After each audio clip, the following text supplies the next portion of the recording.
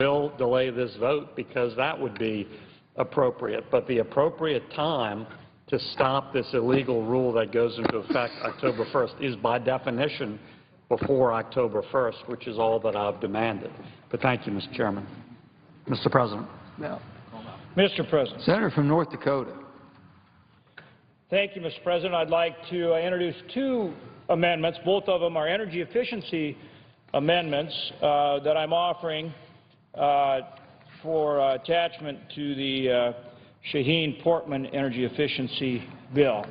And I want to thank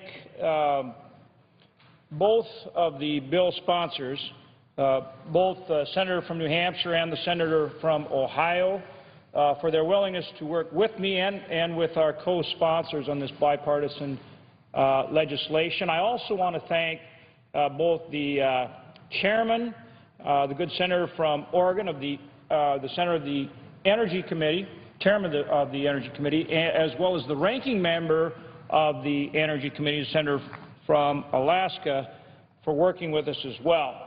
Obviously, I hope we're able to work through the list of amendments to this legislation so that we can get votes on these bills.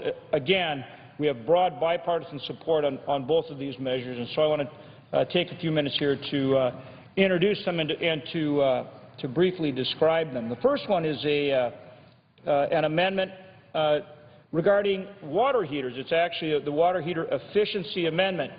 And what it does is that currently a 2010 Department of Energy rule on water heaters effectively bans the manufacture of large electric water heaters beginning in 2015, which will greatly affect consumers in our rural areas and hurt the effectiveness of some of the demand response rural electric programs. So these demand response rural electric programs are designed to use off-peak load.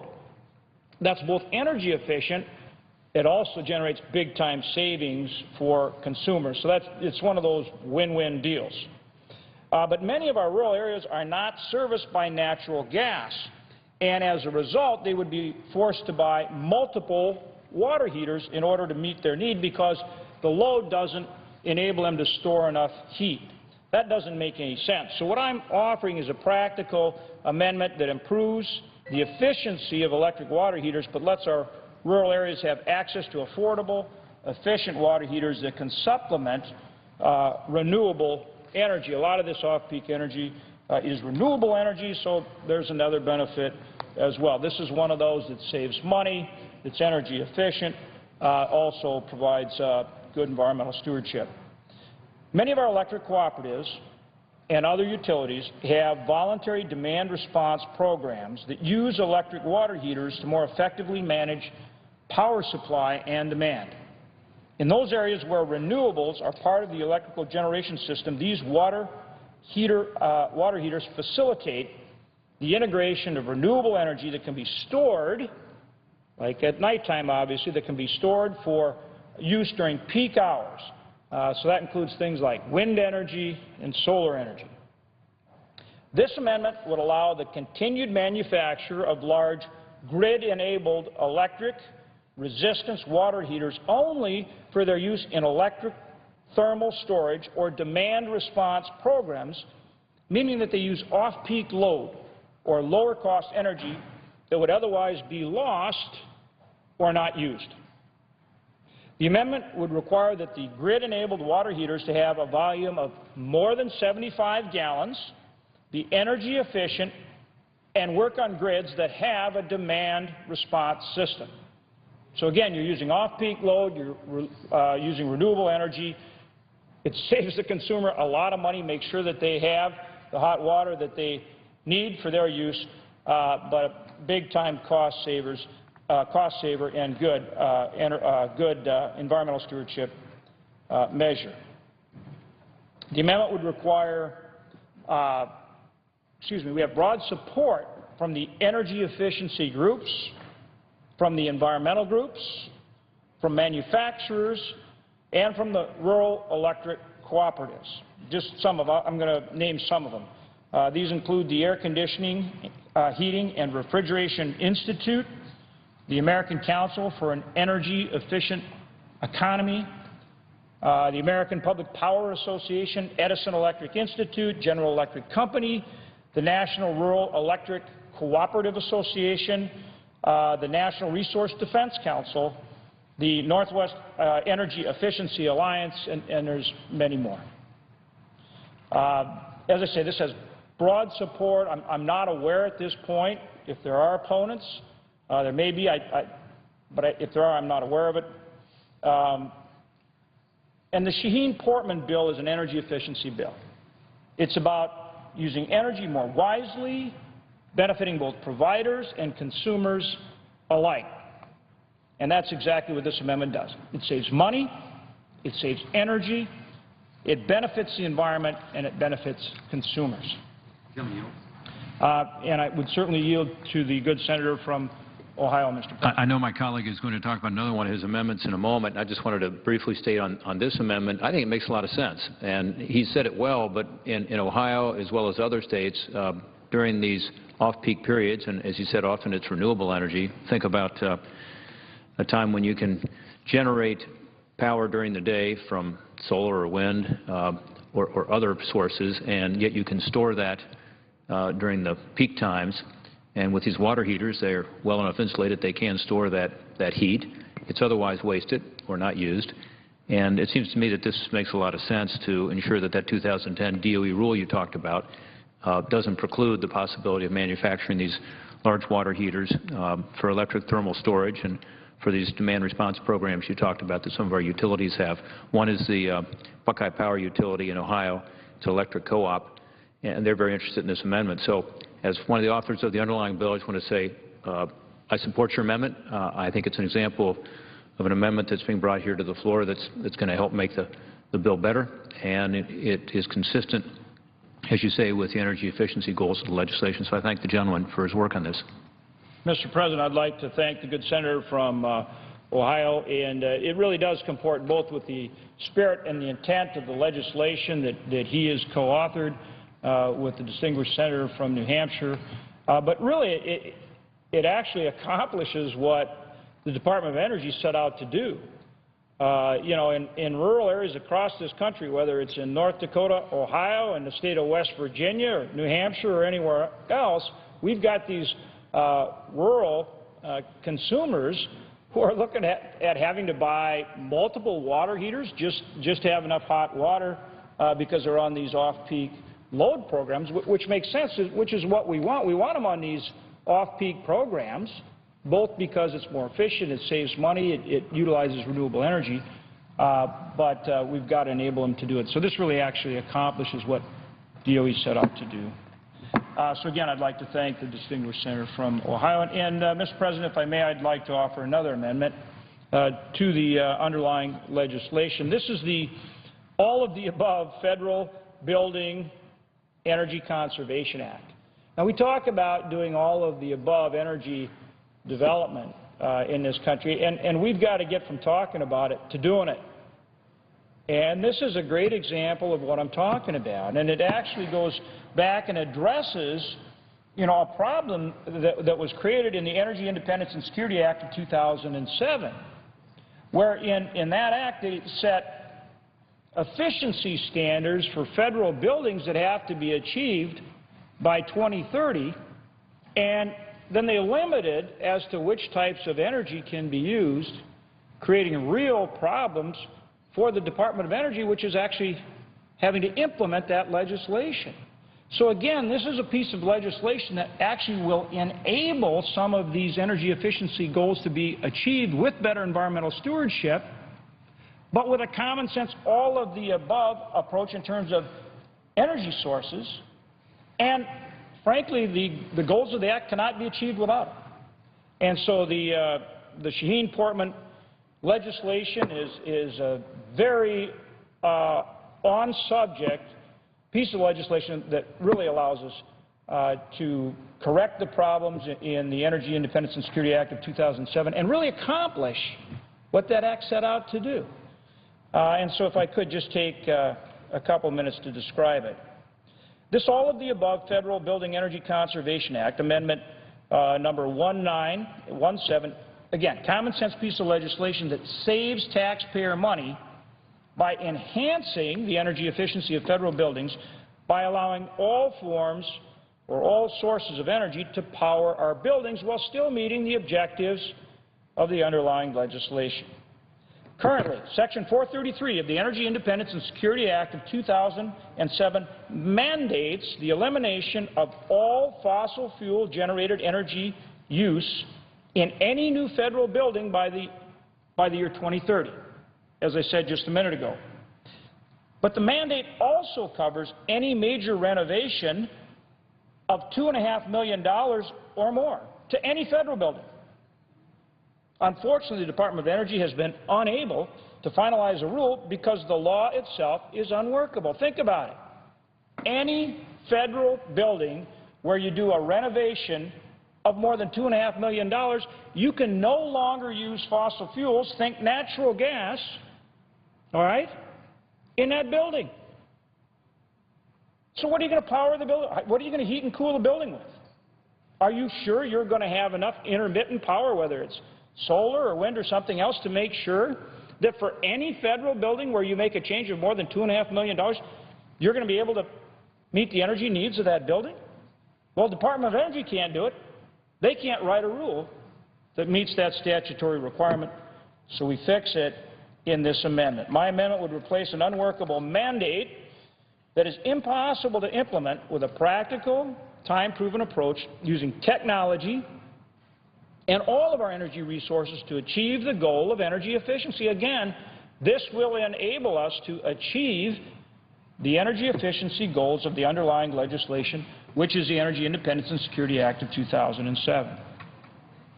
Instead of prohibiting the use of fossil fuels, including next-generation technologies, as Section 433 would currently provide, as written, this amendment creates sensible energy efficiency guidelines to make federal buildings both more energy efficiency and help to lower emissions. The measure also makes sure that when we do major renovations, we use the most up-to-date building codes. We do all of this in a transparent manner by having the Secretary of Energy make information available as to how the federal government is approving its efficiency in federal buildings. Current law is unable to do any of this. The reality is Section 433 doesn't work, as I said, and cannot be implemented without a fix. We're providing that fix. According to the American Council for an Energy Efficient Economy, quote, the current Section 433 is not very workable because in its present form it discourages investments in long-term energy savings contracts and in combined heat and power systems, end quote. So if you care about efficiency, that's what this underlying bill is all about, energy efficiency. If you care about efficiency, we need to change Section 433.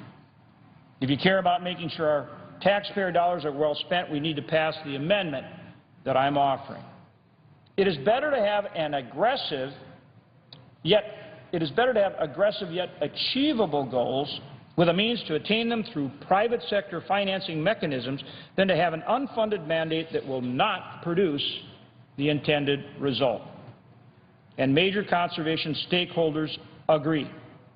This amendment is supported by a remarkably broad coalition. That coalition includes the Alliance to Save Energy, the Combined Heat and Power Association, the American Gas Association, the National Rural Electric Cooperative Association, the Edison Electric Institute, the Federal Performance Contractors Coalition, Owens Corning, Siemens, the National Association of Energy Service Companies, the American Public Power Association, Lockheed Martin, the Fuel Cell and Hydrogen Energy Association, Honeywell, the list goes on. And there are many more. Because, again, it is about common sense, it is about energy efficiency, and it is about doing it in a way that actually accomplishes those goals. Mr. President, energy conservation is an objective where we should be able to find consensus. Everyone agrees that it makes good sense to save energy. This amendment makes the current law both practical and achievable. And the CBO, Congressional Budget Office, says it saves money. So I urge my colleagues to support this common sense amendment. Finally, Mr. President, if I may, before I close, I'd just like to make some brief comments in regard to the Farm Bill. We've been working on a Farm Bill for over 2 years. Last year, I'm a member of the Senate Ag Committee. Last year, we passed a solid Farm Bill in the Senate Ag Committee that strengthens and enhances crop insurance and saves money. At a time we were running federal deficit and debt, we're saving money. We passed the bill out of the Ag Committee last year. The House passed a bill different than the bill we passed out of the Senate Ag Committee, but the House Ag Committee passed the Farm Bill as well, and a good Farm Bill. On the Senate floor last year, we passed the Farm Bill. Passed it with a large bipartisan vote. On the House side, they weren't able to pass it. They weren't able to pass their bill. So at the end of the year, when the current Farm Bill expired, we were forced to do an extension. We come back this year, Senate Ag Committee again passes a good, solid Farm Bill. Strengthens crop insurance, good for our farmers and ranchers, saves the country money. We pass it on the Senate floor as well. On the House side, they pass a bill through the House Ag Committee, and they pass a bill on the floor. Now, it didn't include the nutrition piece, but they did pass a bill on the floor. So now, this week, they're set to vote on a nutrition bill. That's good. They need to do that, and they need to make their decision on how they want to handle the food stamp reform or supplemental nutrition assistance program reforms. But the key is this: they need to name their conferees. They need to take action this week and name their conferees. We've named our conferees. I'm pleased to be a member of the conference committee, but we need to go to work. We need to get this finished up. The reality is, for our farmers and ranchers, we should not be providing another one-year extension. These are business people. They need to plan. They need to know what the five-year farm program is going to be so that they can plan and operate their business accordingly. There are on the order of 16 million jobs in this country that are dependent directly or indirectly on agriculture. We want to get this economy going. We want to get it growing. Those are tremendous jobs, 16 million jobs, directly or indirectly, that rely on agriculture. Agriculture creates a positive balance of trade. We're talking about an energy efficiency bill right now, and our farmers are out there not only producing food, but fuel as well. Food, fuel, and fiber. And they create not only jobs in this country, but they have a positive trade balance, which is tremendous for our country. And the bill, as I mentioned earlier, saves money. At a minimum, we're going to save $24 billion, and it'll likely be more than that. So it helps with the deficit and the debt. And so I want to close today by, again, calling on my colleagues on the House side to deal with the nutrition issue, name their conferees, let's get into conference, and let's get a farm bill done. Thanks to our farmers and ranchers, we have the highest quality, lowest cost food supply in the world, in the history of the world, that benefits every single American, whether you live in rural America or in the biggest city. Let's get it done. With that, Mr. President, I would again like to thank the sponsors of this bill. They are really working hard. And you know what? They're setting an example for this body on the kind of bipartisanship and working together that we need to have to get things done for the American people. So I want to commend them both and thank them for this opportunity to present these amendments to their bill. Thank you, Mr. President. Mr. President? The second amendment that my colleague from North Dakota just spoke about is another example of a bipartisan piece of legislation. In fact, I think the President of the Senate this afternoon is a co-sponsor of it, which I think makes sense, because I think the current program, which would by 2030 lead to no fossil fuel generated energy for use in newer renovated buildings, is not practical, and I think the impracticality of it is shown by the inability of DOE to move forward with the regulations. I will say that while this amendment repeals the fossil fuel ban in Section 433, it also strengthens other existing provisions for federal energy management, including extending the energy efficiency targets for federal buildings to 2017. So I think it's a responsible approach and a practical approach. It will give the federal government added flexibility to achieve these reductions in energy consumption without adding burdensome new requirements to the federal building energy managers. It's also in combination with many aspects of the underlying bill which deal with energy efficiency on federal government buildings and practices, basically encouraging the federal government to practice what it preaches and be more energy efficient as the largest energy user in the country and probably in the world. So I think it is consistent with the legislation. There may be some alternatives that people want to talk about, but I do think that this is an amendment which actually makes sense because it's practical, and I think it also is consistent, again, with our underlying purpose here, which is to, in a way that provides flexibility, achieve efficiency standards at the federal government level. It encourages more efficiency. And then finally, on the Farm Bill comments, I agree with my colleague from North Dakota. Our farmers need the predictability and certainty that comes from a Farm Bill. And he talked about just 1 year not being enough. I agree with that. I do hope we'll be able to get the conferees named and get into conference and come out with a bill that actually helps farmers to be able to know what the rules of the game are. That's what they're looking for. They want to know that the crop insurance program is going to be there and be strong, the safety net's going to be there, which this bill will provide regardless of whether it's the House version or the Senate version. And then they need to know what the rules of the game are for other commodities and other programs. So I do hope that that can move forward because it would be great for our country, great for Ohio. Our number one industry in Ohio is agriculture. We're proud of that. We want to be sure that those farmers have the ability to succeed.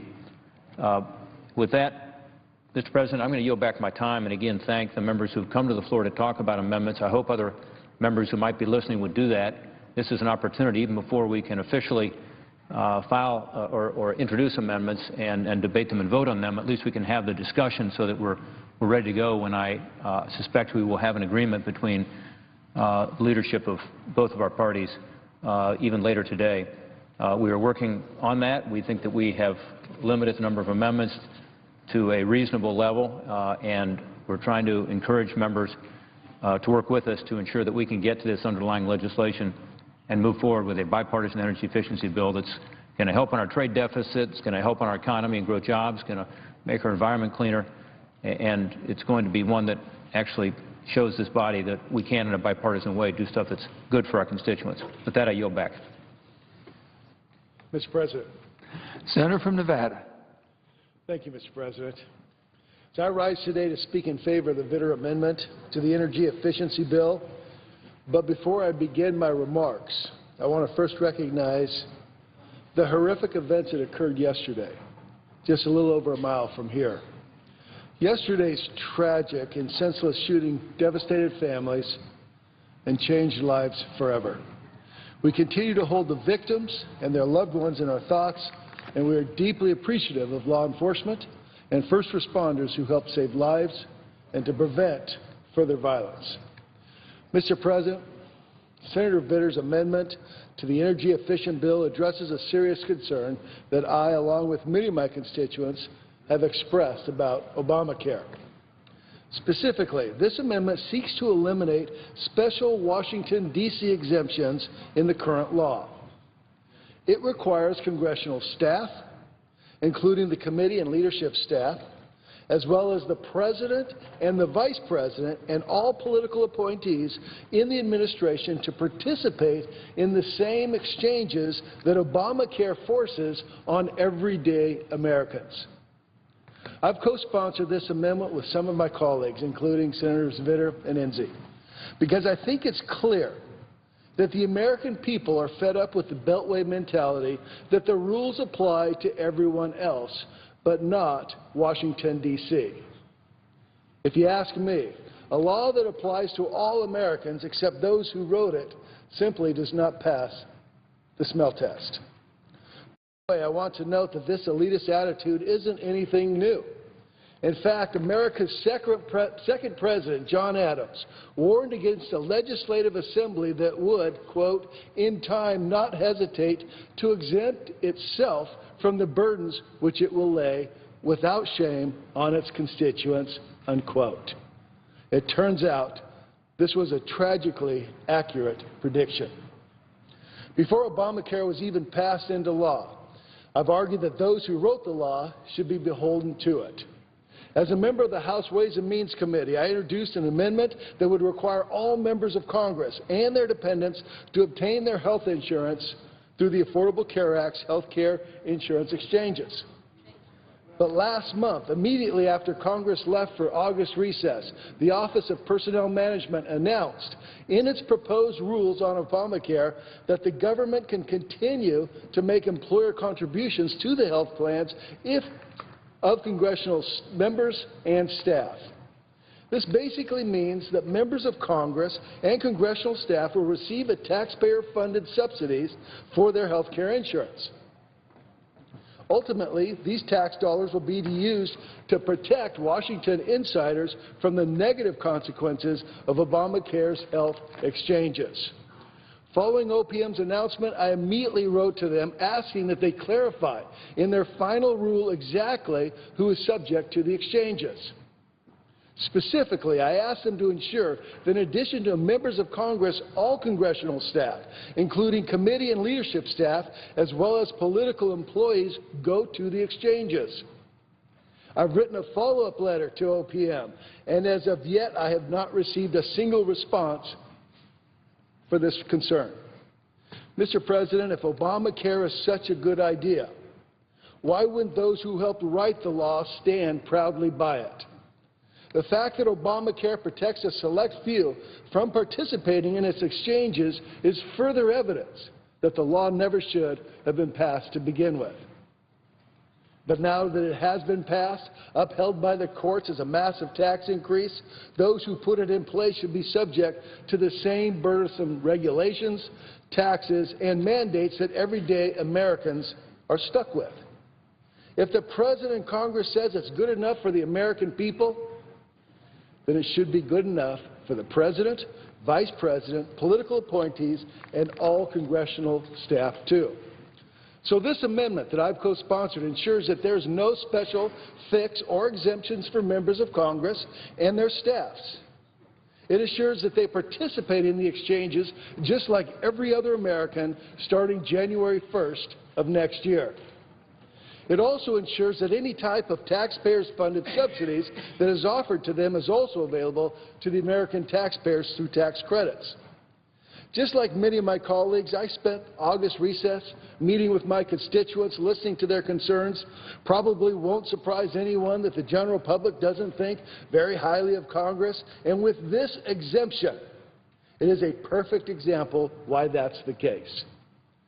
Unfortunately, in recent days, the conversation about this particular amendment has taken an ugly turn towards personal attacks.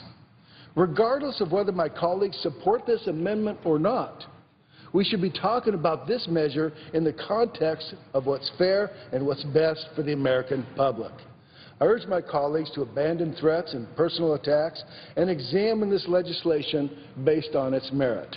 Since the Supreme Court upheld Obamacare, its provisions have been repeatedly delayed by the administration, demonstrating that the federal government understands how bad the law will be for businesses and middle-class families.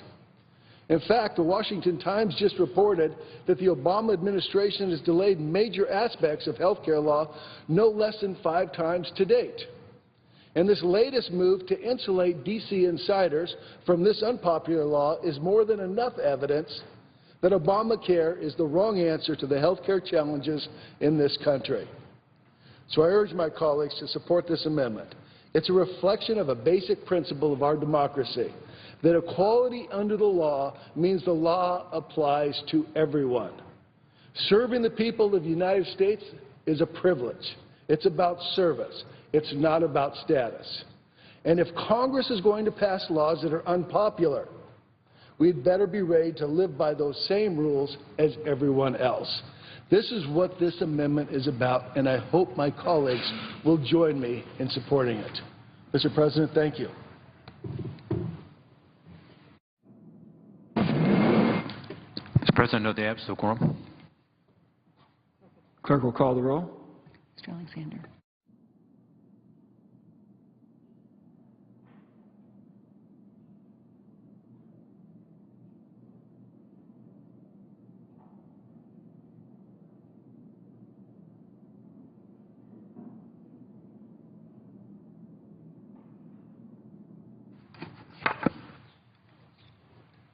Mr. President. Senator from Louisiana. Thank you, Mr. President. And, Mr. President, I ask unanimous consent to vitiate the quorum call. Without objection. And, Mr. President, I just want to personally thank our distinguished colleague from Nevada for all of his work and partnership on this important measure. He's been an outspoken leader on this from the very beginning of this debate and has stood hard and fast for the fundamental principle, truly a fundamental principle, that any rule we pass here for America should first and foremost and equally be applied to Washington. So I really appreciate his leadership, his work on this, which continues, and we look forward to the vote that we absolutely demand and deserve before October 1st. Thank you, Mr. President. I suggest the absence of a quorum. Will call the roll. Mr. Alexander.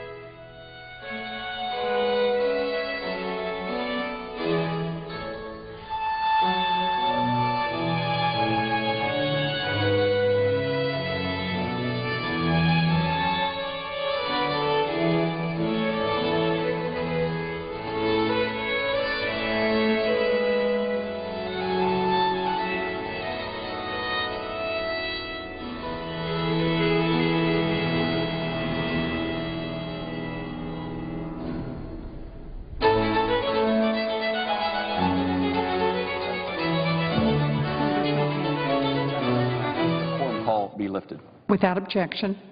Madam President, I ask unanimous consent to address the Senate as if in morning business. Without objection. Madam President, thank you very much. Every 68 seconds, just a little more than 1 minute, someone in America develops Alzheimer's. It's a devastating and irreversible brain disease that slowly destroys an individual's cognitive functioning, including memory and thought. Back home in Kansas, a Kansas City physician, Dr. Richard Padula, and his wife, Marta, have been married for 51 years when he was diagnosed with Alzheimer's disease in 2006. It's difficult to imagine the anguish that Dick and Marta and their family and their friends experienced as he deteriorated from a leading heart surgeon into someone unable to comprehend a newspaper article. Unfortunately, these stories have become very common. Alzheimer's currently affects more than 5.2 million people in the United States and more than 35.6 million people worldwide. As our population ages, the number of people diagnosed with Alzheimer's after the age of 65 will double every 5 years, while the number of individuals 85 years and older with this disease will triple by 2050. Already, Alzheimer's is the 6th leading cause of death in the United States, and there is currently no cure, no diagnostic test, no treatment for this terrible, terrible disease. As a nation, we ought to commit to defeating one of the greatest threats to the health of Americans and to the financial well-being of our nation. In 1962, President Kennedy called on our nation to action to reach the moon by the end of the decade, and Americans rallied around that cry. Similarly, we need to commit ourselves to a goal of just as ambitious, but perhaps even more imperative. We must strive to achieve not only an effective treatment, but a cure for Alzheimer's over the next decade. President Kennedy's words, he said, because that goal will serve to organize and measure the best of our energies and skills, because that challenge is one that we are willing to accept, one we are unwilling to postpone, and one we intend to win. Well, I'd like those words to be spoken about the fight against Alzheimer's. As the baby boomer generation ages and Alzheimer's disease becomes more prevalent, the need to confront the pending health care crisis has become even more urgent. The financial costs alone cannot be ignored. Just what it costs Americans' health care system, what it costs Americans, what it costs the taxpayers. We need to address this issue. Caring for those with Alzheimer's and other dementias is expected to reach an expense of $203 billion this year. $203 billion this year, with $142 billion covered by the federal government through Medicare and Medicaid. A recent study by the RAND Corporation stated that the cost of dementia care is projected to double over the next 30 years, surpassing health care expenses for both heart disease and cancer. Without a way to prevent, cure, or effectively treat Alzheimer's, it will be difficult, if not impossible, to rein in our nation's health care costs. Alzheimer's has become a disease to define a generation. But if we focus and prioritize our research capacity, it does not need to continue to be an inevitable part of aging. It is time to truly commit to defeating this disease in the next decade, a goal no more ambitious than President Kennedy set forth for the Apollo space program. For every $27 Medicare and Medicaid spends caring for an individual with Alzheimer's, the federal government only spends $1 on Alzheimer's research. 27 to care for the disease, $1 to try to cure or prevent the disease. And yet we know that research suggests that more progress could be made if given more support.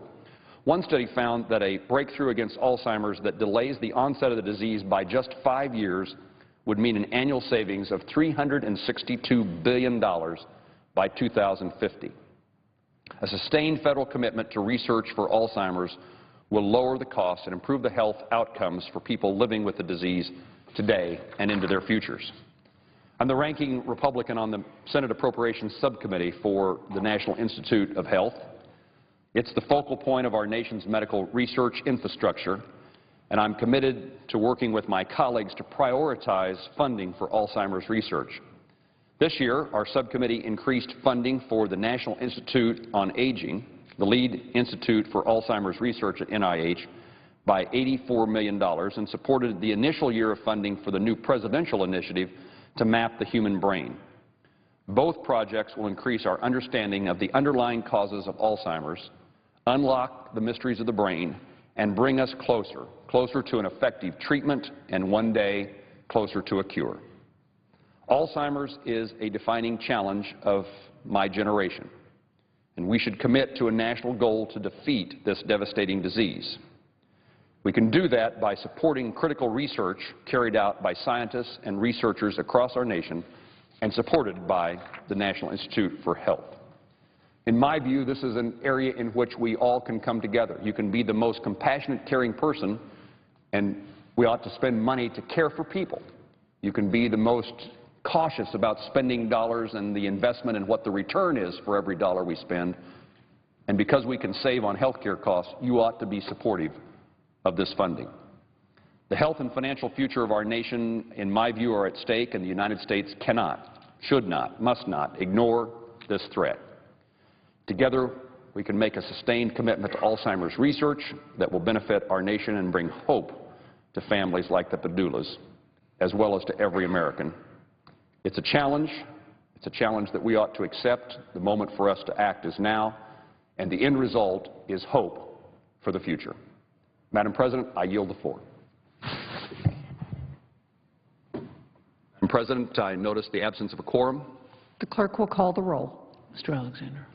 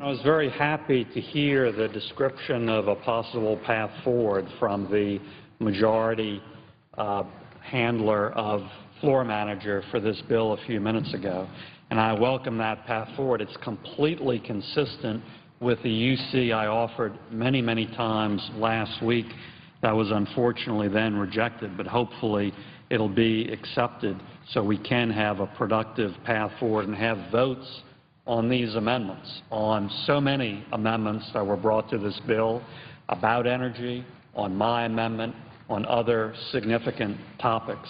Certainly sounds like the discussion at the majority lunch today was, let's just say, more appropriate and more productive than the discussion last Thursday. So I look forward to that path forward.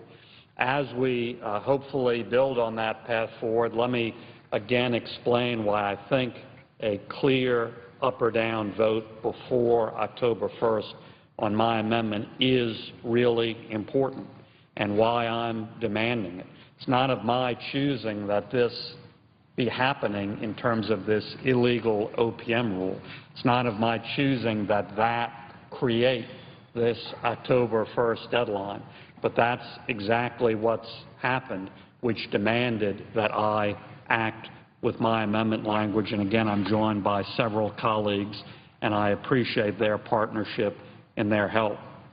Mr. President, this all began in the Obamacare debate, in our debate and in our legislating on the Obamacare bill. In that process, an amendment was accepted, a Grassley amendment was accepted that said in clear and no uncertain terms that every member of Congress and that all congressional staff would go to the so-called exchanges, no ifs, ands, or buts. And the purpose of that language was crystal clear. The message was whatever the fallback plan for all Americans is, first it was the public option, then it became the exchange, whatever that fallback plan for all Americans is, that's what every member of Congress, that's what congressional staff should go to. No special deal, no special exemption, no special subsidy. That's what we should live by. And I certainly supported that language. It goes to what really is a fundamental rule of democracy. The governors should live by the same rules as the governed across the board. Our founders actually talked about that specifically. James Madison, co-author of the Federalist Papers, wrote Federalist number 57 specifically about this point. And a central theme in that Federalist number 57 was exactly this: what is good for America is good for Washington. The rule for America should certainly be the rule for those who have the particular honor and responsibility to help govern. And that should be the case across the board, certainly including in Obamacare. So that's why that provision got in the law, was passed into law, was signed into law by President Obama. Now, after that, I guess we sort of experienced what Nancy Pelosi described about Obamacare. Well, we had to pass the law to find out what's in it. Because after the law was passed, several folks around here in Capitol Hill in Washington read the law, read that particular provision, and they said, oh, you know what? They said, wait a minute, look at this. And they correctly noted that that clear language demands that all members of Congress, all congressional staff go to the exchange, and clearly our current subsidy for health care does not follow us there. In fact, there's a specific other section of Obamacare that says quite clearly that when an employee of a business goes to the exchange, that employee's employer contribution for an employer-based health care plan does not follow him or her to the exchange. So again, when a lot of folks around here, after the fact, read what was then the Obamacare law on that point, they really said, oh, you know what? That's when a lot of scurrying started, a lot of gnashing of teeth, a lot of scheming, a lot of discussion, and ultimately a lot of lobbying of the President and the Obama administration. Sadly, it was bipartisan, I believe. A lot of folks pushing to have the Obama administration simply issue a rule, a regulation that fixed all of this. Problem is pretty simple and pretty straightforward and pretty important. You're not supposed to be able to issue a rule or a regulation that's contrary to the statute. And that's what these folks were lobbying for, and sadly, that's what they got.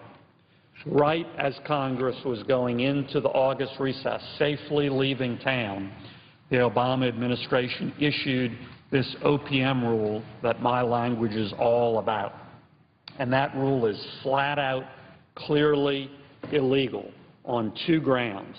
First of all, under this proposed OPM rule, every member of Congress gets to decide for himself or herself what staff members are even covered by the mandate to go to the exchange at all. Now, that is just ridiculous and is directly contrary to the clear, unmistakable language in Obamacare. That language says all official staff go to the exchange. And now this illegal OPM rule is going to say, well, it didn't really mean all official staff. It just meant whatever any individual member of Congress decides. That's ridiculous, and that's illegal. The second part of the OPM rule is just as illegal, just as ridiculous, just as objectionable. And it says whoever does go to the exchange, members of Congress and whatever staff do go to the exchange, they get to bring along with them their big taxpayer-funded subsidy from their previous federal employee health benefits plan. Well, wait a minute. Obamacare doesn't say that. In fact, there is a separate provision of Obamacare that says the opposite, that says when an employee goes to the exchange from a business, that employee loses his or her employer contribution. Specific part of Obamacare directly contrary to what this illegal OPM rule is trying to do. And so, again, the attempt is simply to rewrite the law by administrative fiat, yet again, to create another exemption from Obamacare, if you will, that is nowhere in the statute. That's wrong, that's illegal, and that demands action. That's why I, with several other members, House and Senate, came up with this language that I am proposing on the floor now as an amendment would stop this illegal OPM rule. It would say exactly what Obamacare says now. Every member of Congress, all of our staff must go to the exchange and operate under the same rules as all other Americans. No special deal, no special exemption, no special subsidy. No other American gets this fat employer subsidy in going to the exchange, nor should we. And that's not in Obamacare, and there's a specific section of Obamacare that in fact says the opposite. And so my language on the floor now would say that and would broaden the rule appropriately to the President, the Vice President, and all of their political appointees. The clear intent of this provision in Obamacare from the beginning is that what's good for America has to be good for Washington. Whatever America is dealt, the cards they are dealt, including that fallback plan. Originally, it was proposed as a public option, now the exchanges.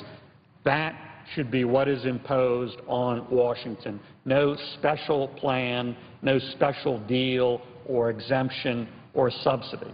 What is imposed on America needs to be imposed on Washington. That's true under Obamacare. That should be true across the board. Today, just as it was true in the eyes and minds and hearts of the founders. Again, James Madison, Federalist number 57, wrote specifically on this point. This basic first rule of democracy goes back that far. And so that is why I come to the floor and demand a vote.